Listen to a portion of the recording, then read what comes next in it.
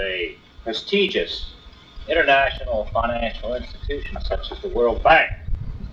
Most of you know the Savings Bank of Baltimore. The closest I've ever got to involving in international finance, offshore financing, was doing business on the Eastern Shore. Despite its geographic location, that's more foreign than you may think. I don't know of any subject today that has more widespread interest or appears more frequently in the local newspapers. I don't think you can pick up a paper any day that there's something involving international finance, global economic problems, and the problems that many of our bankers find ourselves because we're involved in financing other sovereign powers and other foreign interests.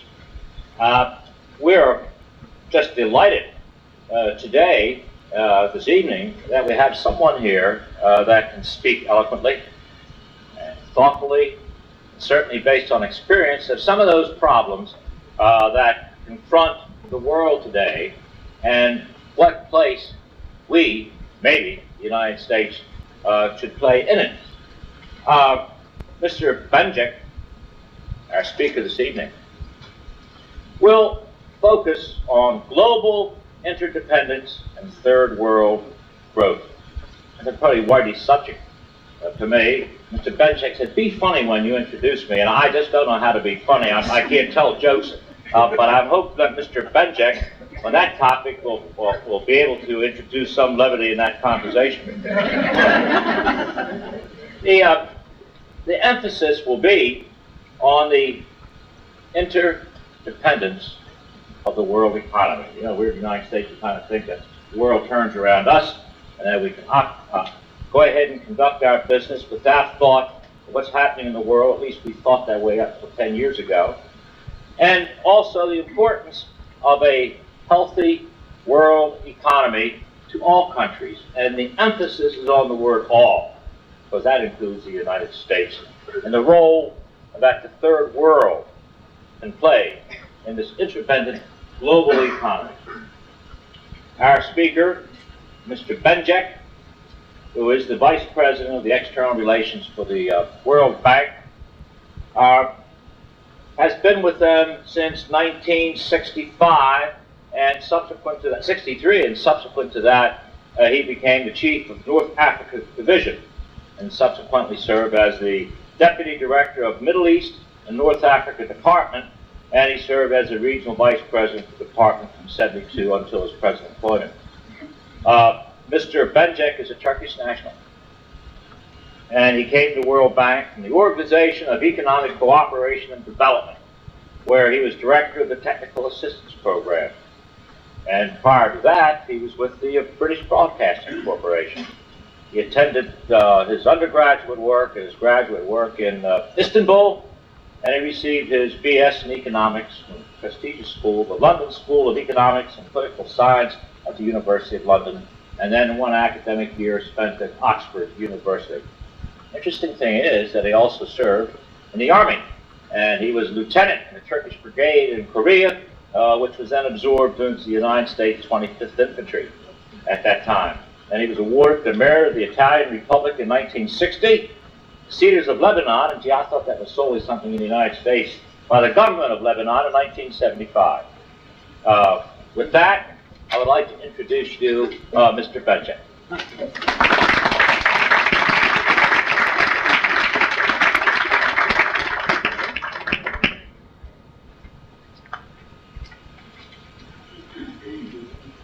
Mr. Eastman, Dr. Bird, ladies and gentlemen.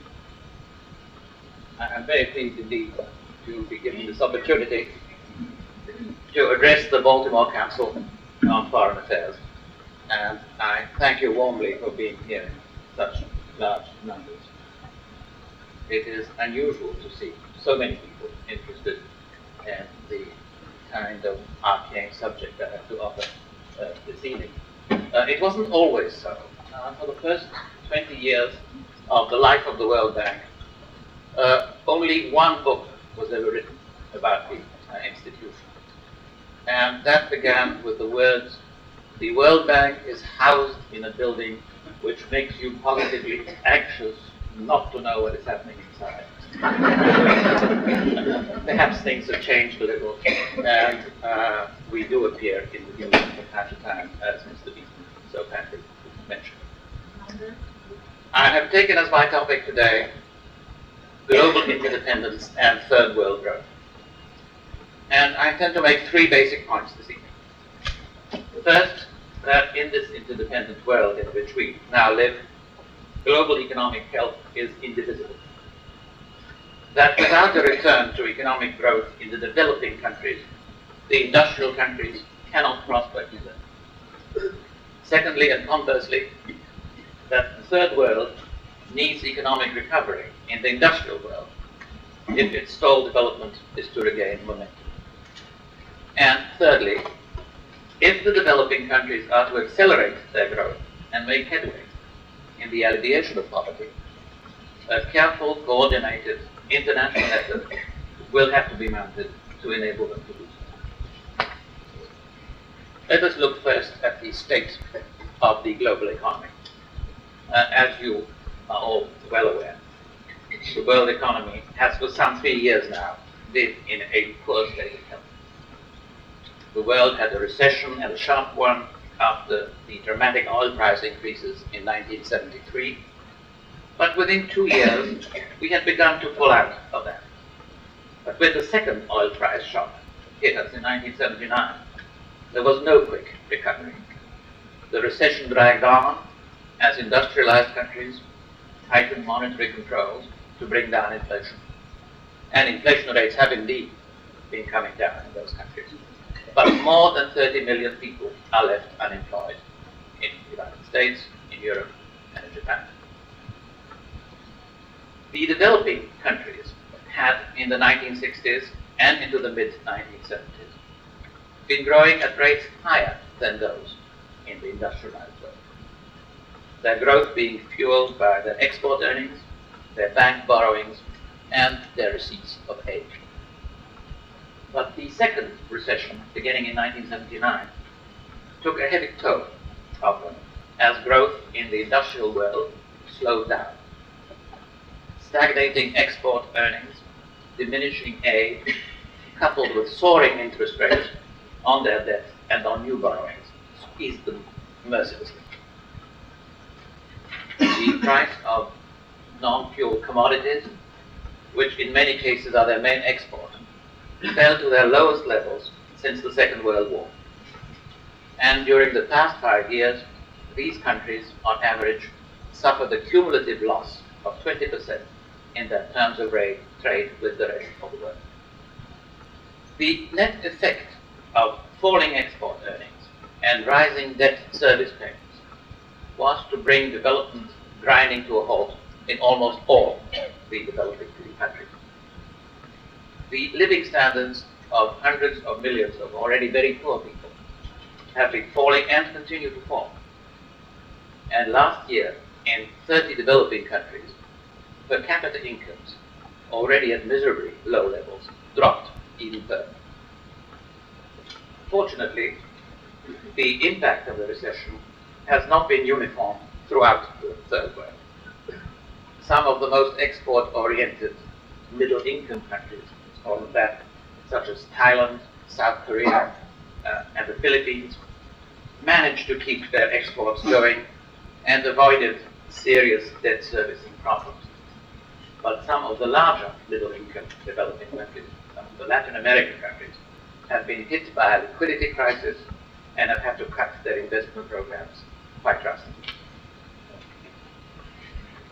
Among the poorest countries, China and India, the largest of the poorest countries, have survived the recession comparatively well.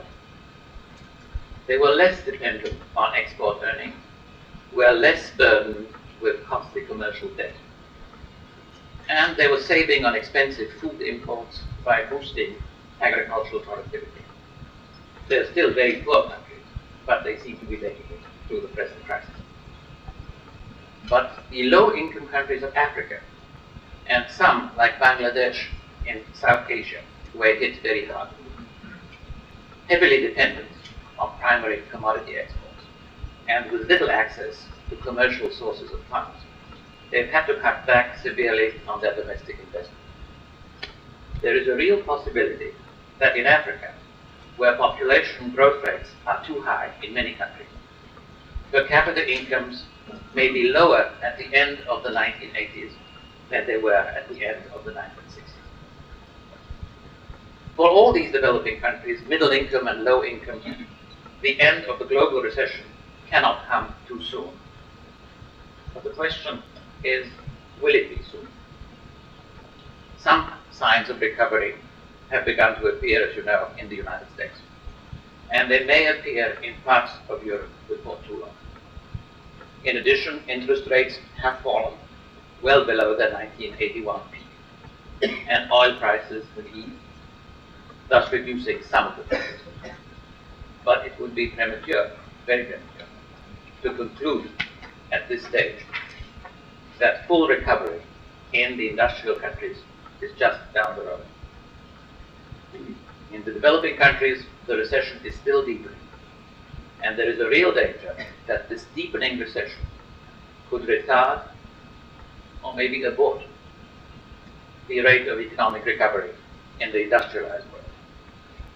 And that would rebound on the stricken economies of the developing countries. Potentially, it's a classical vicious circle which somehow must be avoided. Sustained growth in the industrial countries is clearly essential to the recovery of growth momentum in the third world. But I would enter two caveats. The first is that economic recovery in the industrial world is not going to happen very quickly. The second is that recovery, when it does come, will not of itself dramatically reverse the negative trends in the developing countries. Severely depressed commodity prices will not leap upwards overnight. For some time, commercial banks will be much more cautious about lending to third world countries.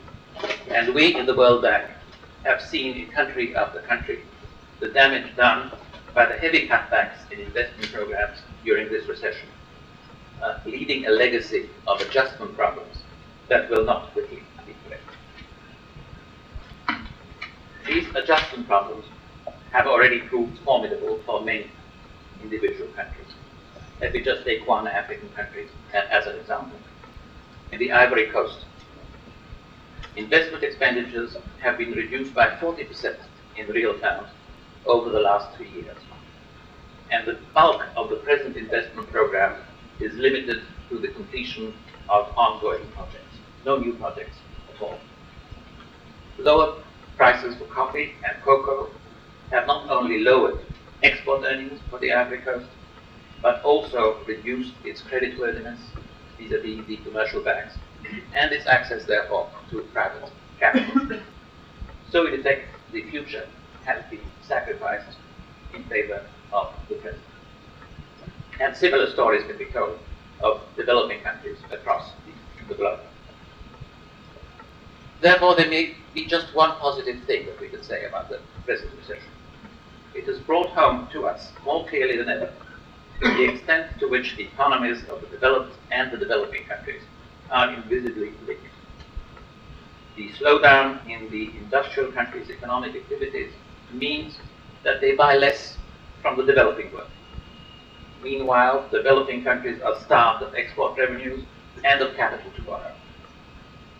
For example, net lending by the commercial banks to Latin America dropped from $31 billion in 1981 to $11.5 billion in 1982. As a result, the developing countries buy less from the industrialized countries, and that puts people out of work. For example, every $1 billion decline in American exports will erase 30,000 to 40,000 American jobs. The linkages are numerous, and the degree of interdependence constantly growing.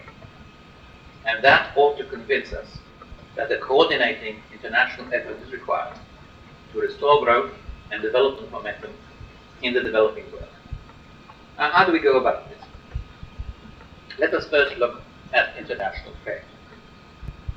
The depressed economic environment provides fertile ground for the spread of protectionism. Open access to the markets of the industrial countries is essential for the resumption of export growth by the developing nations.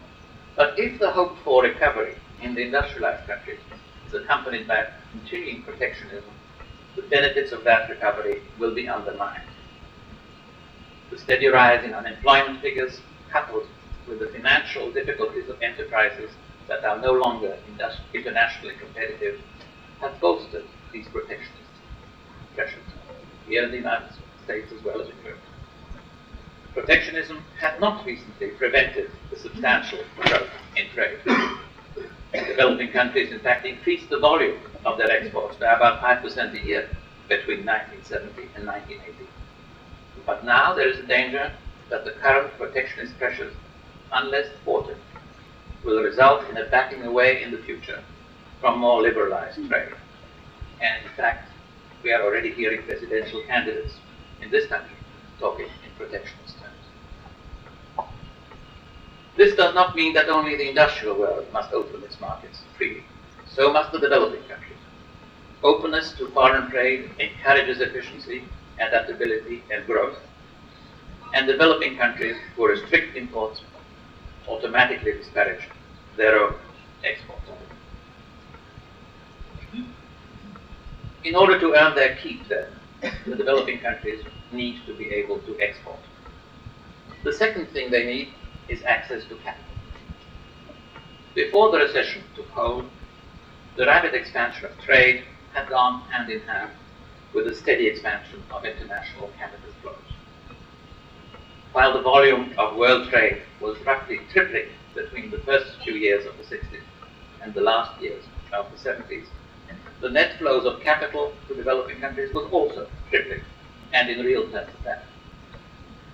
Official lending, aid, export credits, direct investment, and commercial lending, all types of capital flows were on the increase. But commercial lending increased the fastest, lending by the private banks from 1/14 to 1/4 of the total flow of capital to the developing world, and all this in 10 years. Correspondingly, official aid was decreased as a share of the total.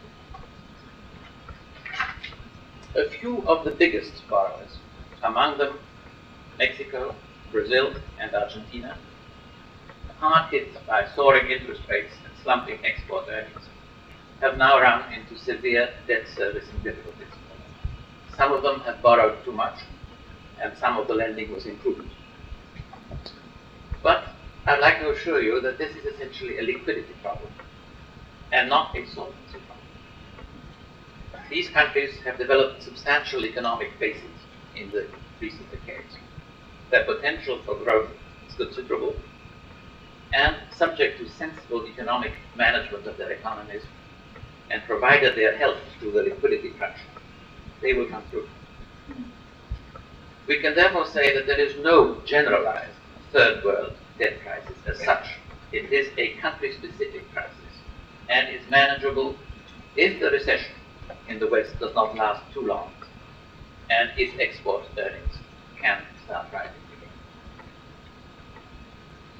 Central banks have cooperated to provide emergency loans to some of the worst hit, notably through the Bank for International Settlement.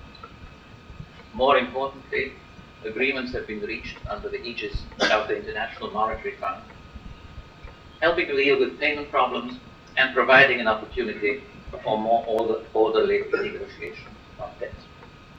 During 1982, the debts of 9 countries were rescheduled, and 12 others were under negotiation in the first quarter of 1983. But while public attention and the attention of the media has been focused on the debt difficulties of the main borrowers, which are mainly middle-income developing countries, the Mexico, the Brazil, the financial plight of the low-income countries, the poorest of the poor, who have been so seriously affected by the recession, has received much less attention by the public. These very poor countries depend on official aid rather than borrowing for over 80% of their external capital. In Africa, for example, official aid from America, from Europe, from Japan, has been financing just over half of total investment in recent years. The poorer Asian countries, on the other hand, have been able to finance a much larger part of their investment, each through their own domestic savings. Nonetheless, their capacity to borrow on commercial terms remains limited, and so their capacity to import and to invest is also directly affected by the aid. How does the aid picture look today in the Western world? It is customary to calculate aid as a percentage of the gross national product of the member countries of the OECD, the grouping of traditional aid givers. This percentage was no higher in 1981 than a decade ago. It is 0.35% of gross national product. And the prospects for a large increase are not good. Foreign aid is a very unpopular thing in all constituencies. The American percentage is in fact well below even the average. It is at 0.20% of American gross national income, while the Nordic countries, for example, Sweden, Norway, Denmark, are at 0.90%. This is, for the United States, about a third of the percentage of 10 years ago, and it is a tenth of the percentage of GDP at the height of the Marshall Plan. And paradoxically, despite the desperate need for assistance in the poorest countries, only a third of total aid goes to the poorest countries. And that is a reflection of the political role that foreign aid plays in foreign relations. And this affects many of the aid givers. Half of all US bilateral aid goes to just two countries, Egypt and Israel, neither of them the poorest of the developing countries. French aid tends to favor former French colonies in Africa, regardless of their economic strength. And if we come to the aid given by OPEC, it is heavily concentrated on the Arab countries for obvious reasons.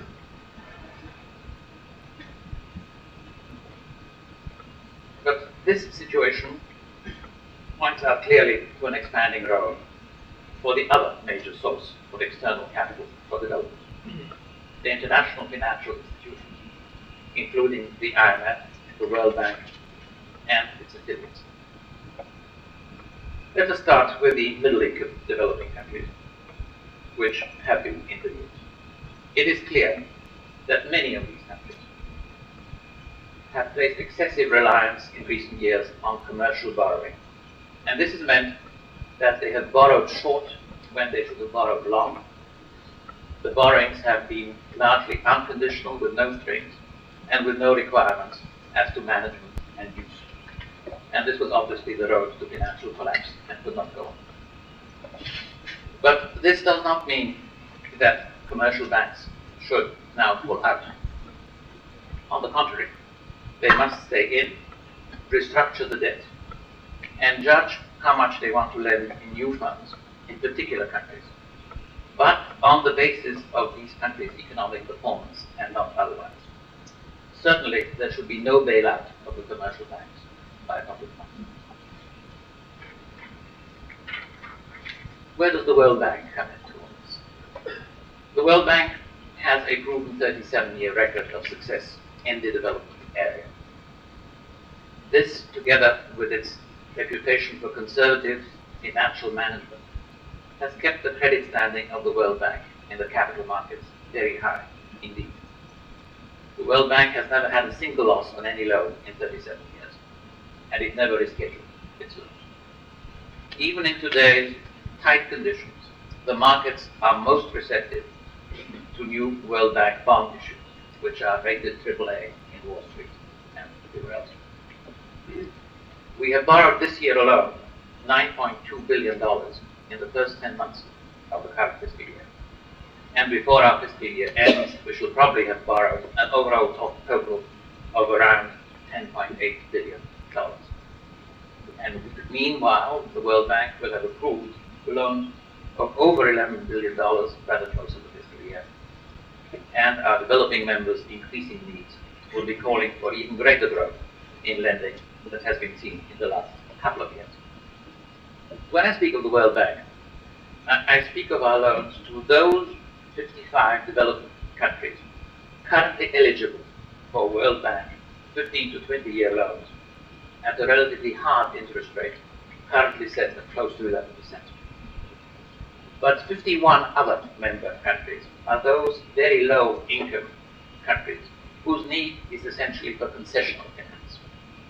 And they rely now more than ever on the World Bank's affiliate, known as the International Development Association, or IDA for short, which provides interest-free credits with a very small service charge. These monies are then relent internally at the going interest rate to the ultimate beneficiaries in these countries. The IDA is 23 years old now and has been very effective. It is no habit-forming welfare program.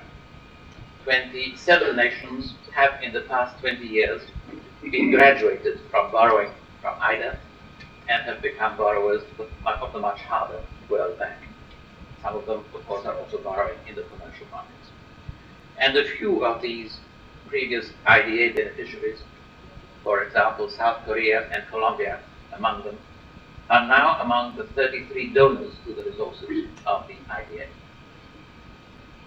But of course, the IDA's funding has not been immune to the fierce competition for public funds. IDA was originally set up by its contributors thanks to the impulse provided by the United States. But recently, shortfalls in contributions from the United States have cut into our lending program. Despite their own budget problems, other donor nations have contributed more than originally agreed to help compensate for these US shortfalls. And we are deeply grateful to them. But the US contribution is vital, and we look to the Congress to make good on the administration's proposal. If leadership is once again forthcoming from the United States, we are convinced all the other nations who contribute to IDA will continue to play their part. An expansion of World Bank and IDA lending is essential to the recovery of the developing countries. But it is not just a question of finance. Of equal importance is the role we play in assisting policy formulation in these developing countries. We maintain a continuing policy dialogue with our borrowers, and it is a delicate relationship for the very good reason that difficult economic circumstances call for difficult policy changes. We feel that as a public international body, we have a clear obligation to urge reforms of broad economic policies and the taking of policy actions in these countries which are often painful and unpopular, if that is what a country needs in order to recover the momentum of development. And our lending is conditional on the taking of these policy actions and the enacting of these reforms. These surely are good reasons for supporting these institutions and enabling them to expand their assistance now the demand for it is growing so fast. And the expansion can be achieved, at least for the World Bank, at little cost to the budgets of the member countries, because the World Bank is able to borrow as much as it needs on the markets of the world. And since we're in Baltimore, let me say that the state of Maryland might well benefit from this too. The goods and services purchased with World Bank loans and IDA credits are subject to our international competitive bidding system. Maryland businesses, Maryland suppliers, haven't done too badly out of this in recent years. In 1982, they won about $13.5 million worth of contracts for goods and services financed by the bank and by IDA. If our operations expand, there is no reason why that figure shouldn't expand too. Mr. Chairman, in the course of these remarks, I have sought to show how interdependent our world is and how the economy of the industrial world and the developing world have become tightly intertwined. It follows from this, surely, that although one can make a good moral case for supporting international efforts to help the developing countries, There is also a very strong argument based on enlightened self-interest. The importance of the developing economies to industrial economies grows daily. May I remind you that currently about 40% of all American exports go to the developing countries. That's a huge market, bigger than Western Europe, Japan, and the Soviet Union together. And it can expand rapidly under the right global conditions. When the conditions are bad, the developing world's diminished ability to buy can hurt the industrial world badly. The US Treasury has calculated that Mexico's debt crisis alone cost the United States $10 billion in export sales that never materialized last year because of Mexico's cash shortage. By Treasury reckoning, that translates into 250,000 American jobs. We are indeed then truly independent. And I suspect that in a great international port like Baltimore, that fact is not difficult to grasp. But the enlightened self-interest argument goes further than just mutual economic advantage. Economic retrogression and human despair in the developing world inevitably pose a threat to global security. Almost every flashpoint of East-West confrontation in the last 20 years has been somewhere in the third world. If through selfishness or short-sightedness we hold the developing countries back on their long and difficult march to economic maturity and decent living standards, surely then we shall be inviting further and more dangerous confrontation. We ought therefore to be able to agree that a coordinated international effort to help the developing nations help themselves is in the interest of all of us, for this and for future generations to come. Thank you very much.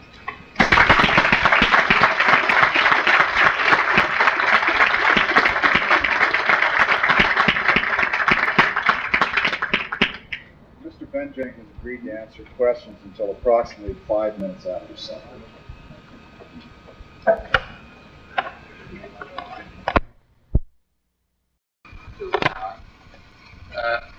They looked at the situation again and decided that while they would maintain the original contribution, which was 27% of the total being 12 billion, the US contribution being just over 3 billion. They wanted to contribute this not in 3 equal tranches, but on a rising scale. So it would have been 700 million the first year, 945 the second, and about 1050 the third. That went to the Congress. The Congress then decided that they wished to have this contributed not in 3 years, as had been negotiated with all the other countries, but in 4 years. And that made things very difficult indeed, because the other countries had the right legally, there was a clause in the negotiated agreement that if the United States or any other country reduced their contribution, the other countries would reduce in equal proportion. The reason why the United States took that action, I think, had to do with the general philosophy of the incoming administration, which felt that when everything else was being cut, this should be cut too. To which we opposed the argument that everything else was not being cut. And defense, for example, was not being cut, not that we begrudge a penny to defense. If America isn't strong, the world is in danger. But because we equate this, in a way, with security expenditures. It is part of the expenditures that need to be taken to make the world safer. That argument, I think, was well received by the administration, but not by the Congress. And therefore, the 3-year contribution extended to 4 years slowed down the process considerably. We did avoid having the other countries reduce their contributions by the same proportion as the United States. And this was mainly due, I must say, to the contributions of 2 ladies who got together. One was Mrs. Thatcher, and the other one was Mrs. Gandhi. And the two prime ministers had a meeting in London about a year and a half ago. And the United Kingdom was then persuaded not to reduce its contribution in the same proportion as the United States. And all the other donor countries, European and Japanese, followed that example. And therefore, instead of having what in effect was a 40% reduction in the total, the actual reduction was more like a quarter, but there is still a reduction. And even the 4-year stretch, which the United States insisted on, is now in danger because some members of the Congress want to stretch it to 5 years. And this very day, there is a meeting of the Appropriations Committee of the House to decide whether they will give us the full allocation for the 3rd year or not. Because if they do not, then we will go from a 4th year to a 5th year, and the whole pattern of international cooperation, which has been built around this aid process from the days of President Eisenhower, who initiated it, is then threatened with unraveling. You may ask me, why is this happening? Why is it happening here? Why is it not happening elsewhere? And I think the answer might be in a question I once asked the Swedish Minister of Finance. I said to him, why is it that in your country people will agree that almost $1 out of every 100 of income should be devoted to aid, while in the United States, which is the world's most generous country traditionally, we are having such great difficulties with getting this concept accepted. And his answer was very interesting. He said, you know, as a government, we explain to our people why this is important. We explain why aiding the poor countries is a contribution, A, to world prosperity, B, to world peace. And if you do not do that, then you cannot expect the taxpayers to agree to that kind of contribution. In a democratic country, you have to explain to taxpayers why you wanted to make sacrifices. And if you do not, you get the reaction which you get in an average constituency in the Middle West, where I go quite frequently, and they tell me, why should we do this? Why is it important for the United States? Why doesn't President Reagan tell us that it is important? And maybe we'll change our mind.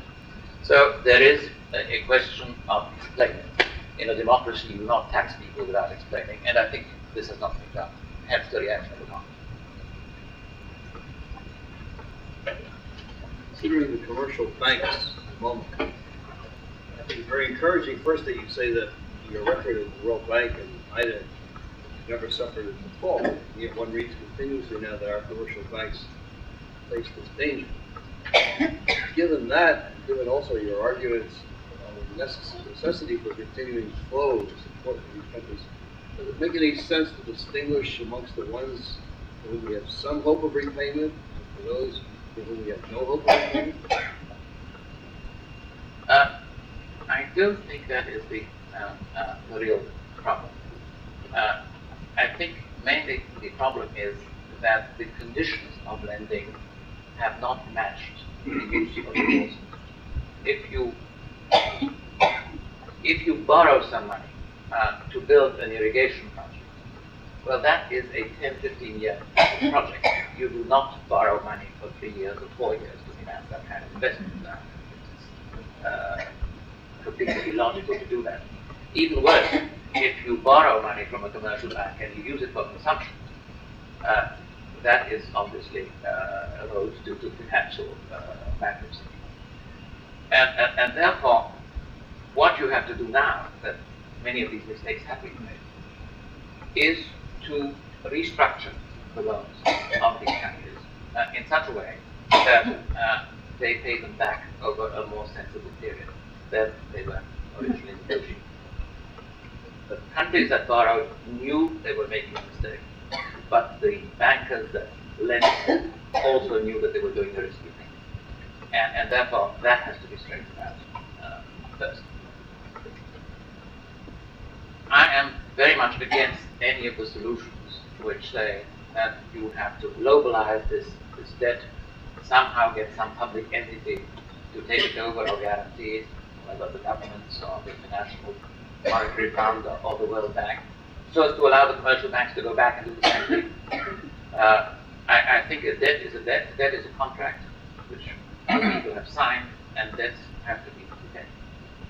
What sensible bankers do is to adjust a customer's debt to the circumstances of the customer, if he's a good customer. And many of these countries are potentially very good customers. Brazil is, Mexico is, Argentina is, even Yugoslavia, who's in trouble, has had a very good record of repayment when they managed to do it. So at the moment, I think that is the situation. There has been some rescheduling of Mexican debt, of Brazilian debt, of Chilean debt. But even that, I think, is relatively short term. And so people are now talking about a second round of rescheduling. The situation will not be eased until people face squarely the issue that the present debt is disproportionate to the ability to repay by the developing countries in the time limit for which it was originally negotiated. They have a full capacity, I think, to repay in the fullest amount.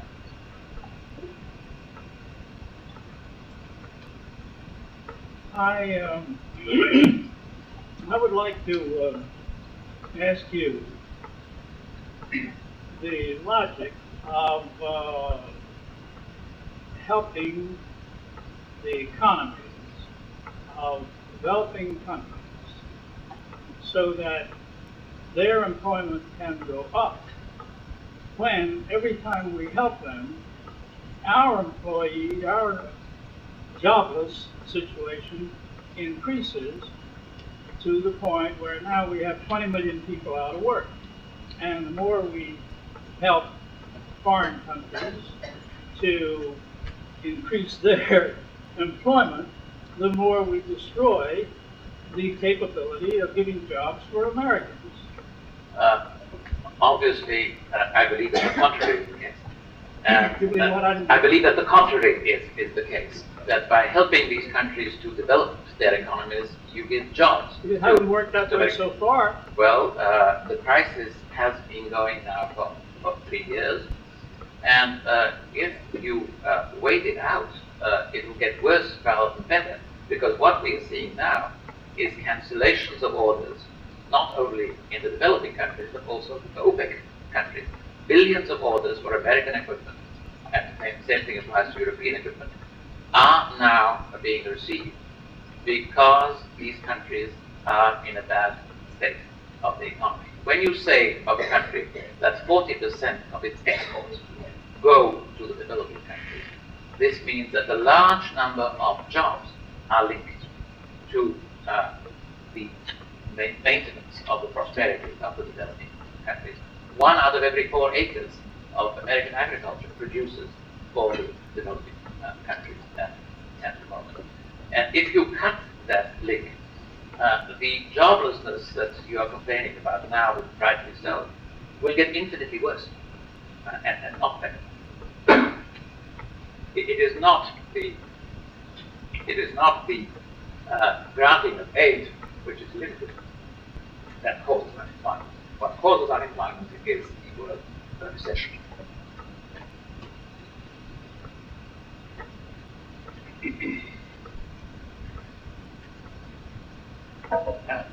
Benjenk, I have a couple of questions.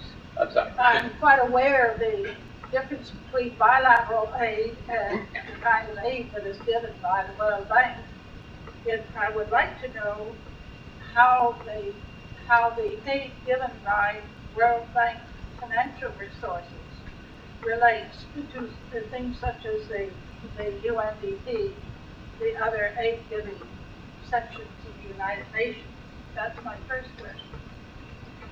After that, I wish you would trace for us the relationship of UNCTAD and GATT to the demands of the developing countries for a new international economic order. Thank you. We work very closely with the UNDP, whose task in the United Nations system is really to do what is called in the jargon pre-investment. They prepare projects for future financing, and if these projects are appraised and turn out to be viable projects, then the World Bank will then finance them. the UNDP and the World Bank have an agreement that we will give priority in our examination of the projects which they have had a pre-investment study on. And that is happening, and is happening very effectively indeed. UNDP and the World Bank have been working together now for over 20 years, including the predecessor organization of the UNDP. And it is a system that works. Our appraisal missions in the field work very closely with the representatives of the UNDP. The second question is a little more complicated. The demands for a new international economic order came immediately after the first oil crisis. And I think it was based on an illusion, if I may say so. The illusion was that what OPEC had done by achieving a monopoly or a cartel in oil prices could also be done by other developing countries with other products, and therefore achieve a much greater economic and political power on the part of the developing countries. But there was no other product in which a group of developing countries could achieve a monopoly or a cartel. And therefore, the demand of these countries, for which they hoped to get OPEC backing, which they did not get, by the way, was for a complete change in the structures of the international organizations, above all, particularly the International Monetary Fund and the World Bank, a new monetary system that would give them an equal voice with industrialized countries in the running of world affairs. This has been talked about now for a number of years. And in recent years, it has taken the form of a request for something known as the global negotiations, where 150 countries are to discuss some of these major problems of finance, of trade, of energy, at the United Nations. In recent months, one has seen a tendency for this kind of requests, for this kind of rhetoric, which is confrontational. It's South against North, it's the poor against the rich, it's the developed against the undeveloped, to diminish. I think the situation in the world, the recession, has become so serious that countries are now looking for practical steps to overcome it. And the meeting at UNCTAD, to which you're obviously referring, which is about to come in June, hopefully will bring about a more realistic attitude between the developed countries and the developing countries, where they can talk about practical things rather than about things which at best would take 10 years to negotiate, and if they were finally negotiated, would end up in compromises which would take the situation much further than it is today. So the time now is for practical approaches rather than ideological approaches. Yes, sir. Is there any consensus now, if you look at what's going on in the process, since the last OPEC oil situation, as to how you might be revising or reinterpreting the conditions under which money are being advanced to these countries, either in terms of loan conditions or the types of review that you're going to have on a country-by-country basis? Are you doing things differently now than you might have been doing 25 years ago? No, we're not. We are doing them exactly the same way. Our project appraisals are extremely meticulous. It takes us about a year and a half to process one project. And we look at every aspect of the project, and particularly to the managerial aspect. And let me say that we should be under no illusion that the present fall in oil prices are here for good. We project in the World Bank that beginning in 1985, perhaps earlier, but certainly then, real prices of energy will rise again. If there is recovery, then obviously the first thing to increase is the consumption of energy. And this is particularly true of the developing countries, which are at rock bottom in their uses of energy. We've made a lot of progress in the West in conservation, both industrial and private. But even here, once prosperity gets going, you will have increased use of energy. That is inevitable. And with that, then the price of oil and other forms of energy is likely to rise again. Perhaps not in as drastic a way as we saw in the 70s, but let us not assume falling prices of energy into even the medium future. It won't happen. Yes. We in the West seem to be faced with a great need for common currency. Does anybody in the World Bank have any thought to create such currency? And any other organization has given any thought? Well, the nearest thing there is to a common currency, and it isn't that at all, but the nearest thing to it is something called the special drawing right, which exists in the International Monetary Fund, which is a form of liquidity available to countries, which is created artificially, like you print money, you print special drawing rights, except that the majority group of countries that controls the International Monetary Fund has to approve the creation of such liquidities and the allocation thereof. A common currency is not realistic at the moment, because a common currency presupposes world government. As long as you have sovereign governments which pursue uneven economic policies, you cannot really have a common currency. If you have one government that pursues inflation and the other government pursues deflation, gradually the terms of their trades will go out of kilter, and therefore the common unit will have to be managed either in the way that the deflationary government wants or in the way that the inflationary government wants. And therefore you cannot do that. One of the reasons why the original Bretton Woods Agreement broke down was exactly that the membership of the International Monetary Fund, which is the common central bank, especially the industrial members, pursued such discordant policies that the basis of the Bretton Woods Agreement, which was that the United States would repay in gold any demands on the dollar, was no longer tenable after 1971.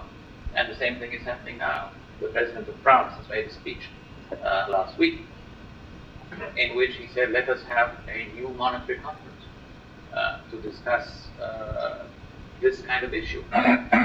But if you attend a meeting of international finance ministers, as I did last week in Paris, you will see how divergent the economic policies are.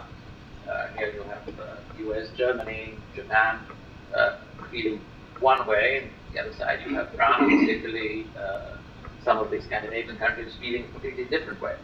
And as long as you have that, and their policies lead to a different kind of state of the currency, as long as, for example, France has inflation, it will, within a year, within 2 years, have to devalue its currency again. It's devalued its currency 3 times in 2 years. And therefore, you cannot speak of a common standard of value, which is a currency, if you do not have a common standard of economic policy. One follows the other, it does not proceed. Yes? My question concerns food, which is very dear for many of us now and very far off from many others. I wonder, is it within the purview of the World Bank at all to seek any mechanism by which some of these hungry who can't afford food to buy food anyway, without disrupting economies, can be fed with the enormous surpluses that are going to be left? Not directly in the manner that you suggest, although there are mechanisms like the World Food Program which are designed to do that. But the way we are doing it, because we are an investment agency, is to invest in the production of food in the developing countries. If you look at the current account deficits of many of these countries, in Africa and elsewhere, you will find that where they really are short of foreign exchange is in two areas. One, they import too much food. Two, they import too much energy. Many of these countries could produce much more food. And if they were given the investment tools to do that, they could do it. India is a marvelous example of that. 15 years ago, India was the typical basket case which the media rejoiced in talking about.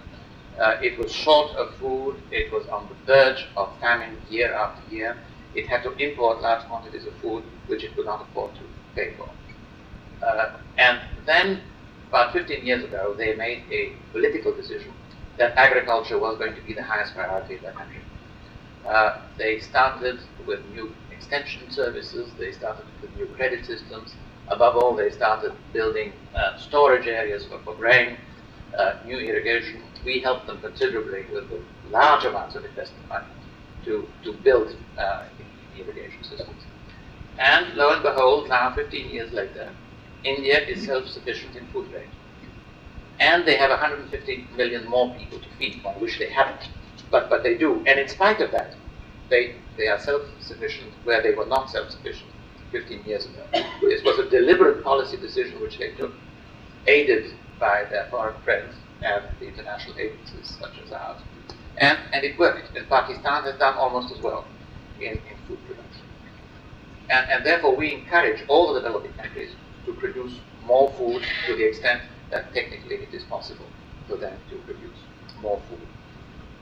In terms of transferring surpluses, that can be done by financing the World Food Programme, whose function it is to purchase food surpluses where they find them and transfer them at concessional rates to developing countries. Now, Congress is being asked, I think at this time, to appropriate about $8.5 billion for the International Monetary Fund. What's going to be the effect if they don't appropriate the full amount or if they don't appropriate any of it? How important is that? I think it is very important.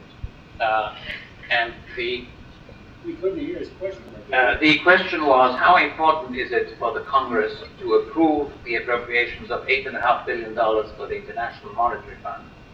And how important is it if they do not approve that?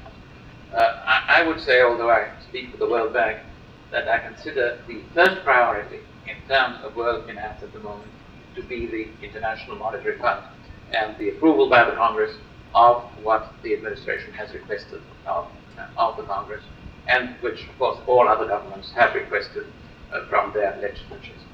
The IMF is the first aid station of all the countries in the world, including the developed countries.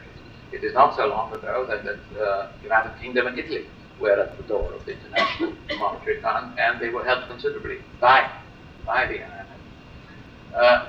The IMF is also, in a sense, the policeman of proper policies on the part of the countries that borrow. The IMF has as a standard rule that they do not make money available except against strict conditionality of how countries have to organize their fiscal systems, their exchange rates, their budget priorities, because that money has to be returned in 3 or 4 years. And therefore, that kind of money is essential to start the process of healing. Our type of money comes afterwards. Our type of money is longer-term convalescence. We advise countries on the nature of their investment programs. What should be their priority? What should they do more of? And I just mentioned, for example, agriculture and energy. 50% of our financing goes to agriculture and energy for obvious reasons, because these are the priorities. But the IMF comes first, because if the IMF doesn't do a short-term rescue effort, then anything we might do in the longer term will be in vain. And I think the administration, particularly the President and the Secretary of the Treasury, became very much aware of this when they went on a visit to Brazil last fall, when they saw the danger that would threaten American industry, American banks, if Brazil went bankrupt. And the way Brazil was saved at the last minute from what threatened was by a combination of IMF intervention and the Bank of International Settlements and a mobilization of 500 commercial banks. And the same thing was done for Mexico, and the same thing was done for Argentina. Now, having done this, the IMF is short of money. They're short of money. They put all their available funds into these large rescue operations. And if anything were to happen today, the IMF would not be able to repeat the operation. And that is why it needs the funds that the Congress is being asked for. Yes? To what extent are the underwriting criteria of the World Bank affected by the politics of borrowing? And by that, I do not mean to what extent do they exercise political pressure towards getting some particular project funded. I mean more in the sense that Brazil will have to tell its laborers that they will not get an increase in the cost of living to the same extent that they had before, and that will have a tremendous political impact if a loan is to be extended for a particular project, or that a country is about to declare war on its neighbor as having some bearing on whether a loan should be made. To what extent is there any relative? To a considerable extent, this must be taken into account.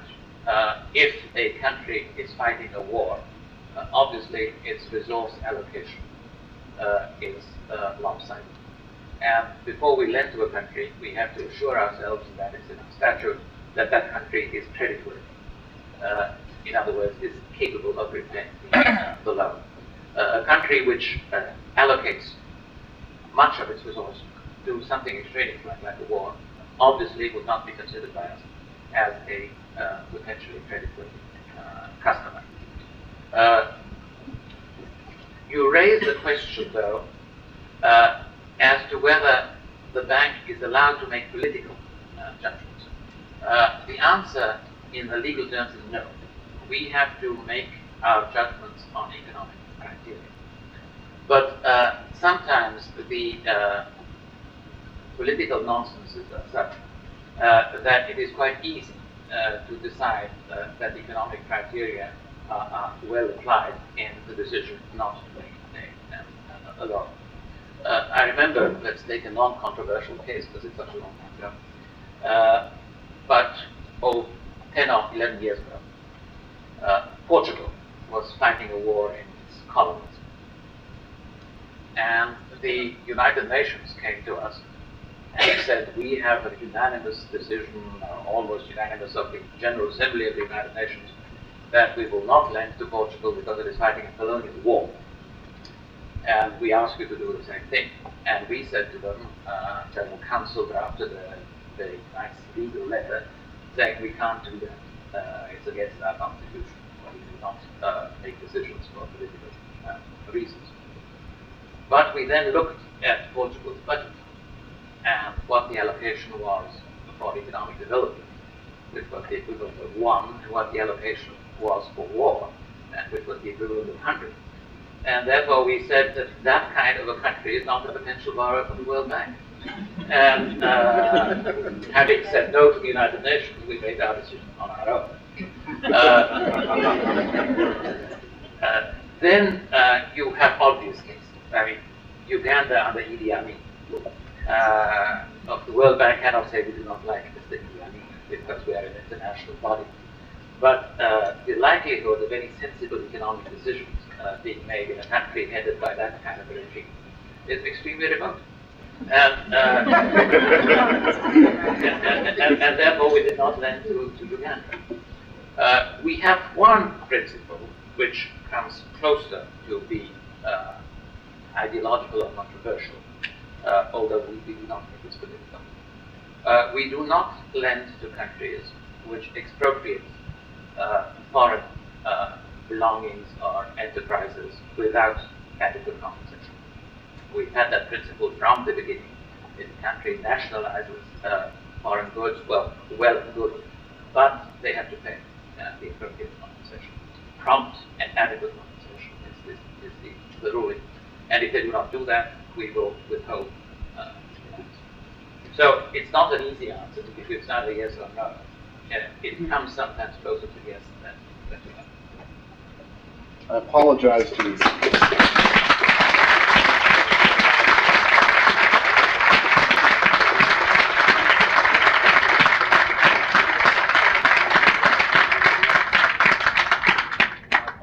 to all of you for drawing a most enjoyable evening to a close. Mr. Benjenk, we appreciate the cogency of your comments, great care of your remarks, and thank you very much for what has been not only an illuminating, but I think a genuinely educational